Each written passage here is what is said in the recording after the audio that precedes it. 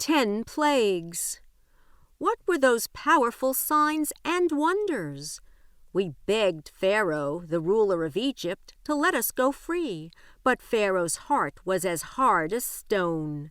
To change Pharaoh's heart, God sent 10 messages. Each message was a plague, something frightening or bad that could make Pharaoh understand that what he was doing was wrong. These 10 plagues scared the Egyptians. Some of the plagues ruined things that Egyptians prayed to, like the Nile River and the sun. Some made them sick, like sores, or spoiled their food, like locusts that ate up the plants in the fields. After each plague, Pharaoh thought about letting the Jews go free, but he always changed his mind. Finally, God sent the 10th and worst plague. The eldest son in every Egyptian family got sick and died. At last Pharaoh said, "Enough! Let the Jews go." On Passover, we are grateful that extraordinary things happened to help us go free. But we're also sad that other people suffered while we were saved. When we remember the 10 plagues, we dip a pinky finger into our cup of wine or grape juice and take 1 drop out for each plague. We're still joyful, but our cup of joy is not quite as full. Say the names of the 10 plagues. Each time, use your finger to move a drop of wine or grape juice from your cup to your plate.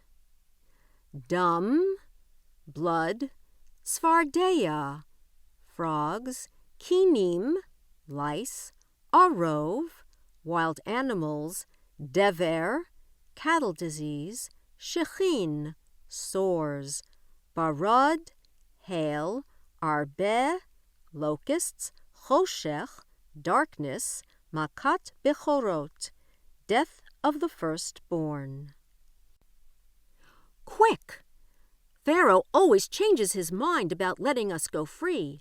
We have to hurry. The morning bread we are baking can't rise any longer. Throw the dough in a sack on your back. The sun will bake it into matzah.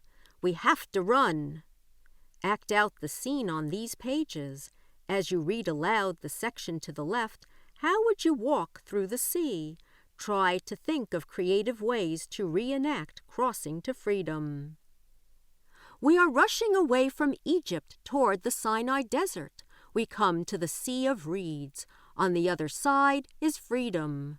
Look, Pharaoh has changed his mind again. His soldiers are chasing after us, coming to drag us back to slavery.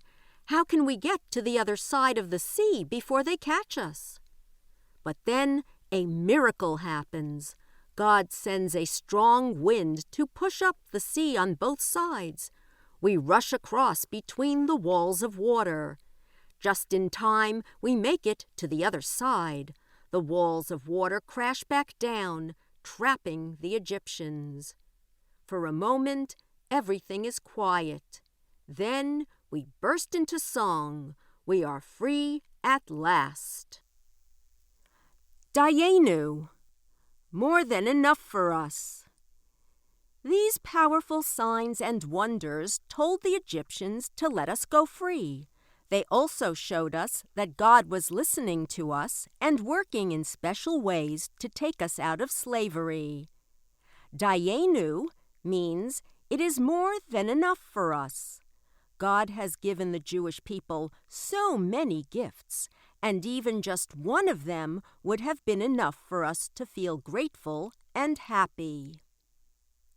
It's time to sing.